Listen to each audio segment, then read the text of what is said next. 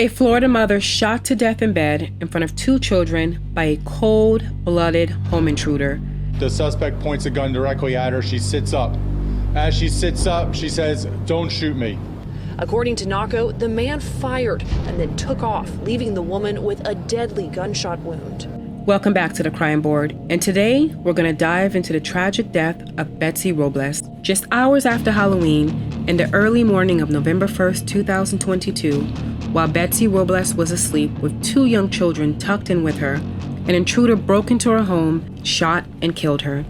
Betsy was originally from Brooklyn, New York, but moved to Florida where she made friends and was part of a thriving community.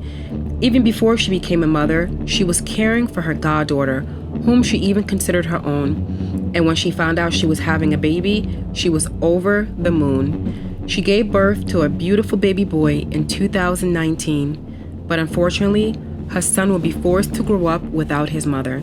On Halloween, Betsy went about her normal day, picked up the kids from school, and even took them trick-or-treating later that evening. But that fun-filled night was soon turned into a tragedy. When it was time for bed, Betsy kissed the kids goodnight and tucked them in with her, like she's done numerous times before. Hours later, while everyone was asleep, a masked man wearing all dark clothing kicked down the door of her apartment. There was another woman asleep on the couch, but he seemingly bypassed her and went straight to Betsy's room. He knew exactly where it was. He flipped on the light switch and pointed the gun at Betsy. She sat up, startled, but immediately notices the gun. Shaken and scared, she begged the gunman not to shoot her. Without any hesitation, he shoots Betsy twice in front of her son and her goddaughter. I feel for her son. I feel for her. I try to picture what fear she felt at that moment. Detectives say that man ran out the home and they believe he got into a car. They don't believe this shooting was random. Just to know the trauma that these kids now have to live with, I can't believe that someone would be so disgusting and cold-hearted to shoot a woman that's defenseless in a bed with 2 children next to her. As quickly as he came into the house, he left, got into the car, and drove off. So this was not random. He didn't take anything, he didn't harm anyone else, he didn't pause, he didn't look for anything else. Authorities are calling the shooting targeted. The suspect knew exactly what he was doing. He knew exactly where he was going. I knew exactly who the targeted person was. Thankfully, he didn't harm anyone else. But why was Betsy targeted? Who could have wanted her killed? Close friends describe her as someone who was kind, and she wasn't really into anything or didn't bother anyone. She was also very close to her mom and visited her often. All she did was work, took the kids to soccer, and went home. The girl did was go to work, visit her mother, go home, go to soccer with her kids. She was a soccer mom, you know.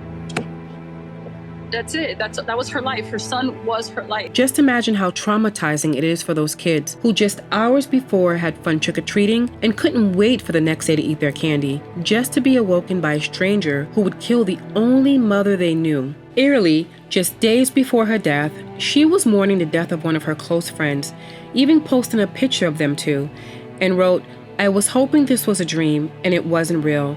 I'm going to miss you, miss them talks and laughs." Now, tragically, her friends are posting the same messages on their pages. One saying, "I wish this was a dream. I am so broke. I keep checking your page to see your face." Another one saying, "Just can't get you out of my mind, Betsy Robles. I pray they find whoever has done this to you. Justice needs to happen. What a monster to have done this to you in front of the kids. She was a mother, daughter, sister, granddaughter, and aunt, and certainly didn't deserve to be brutally murdered in front of 2 small children.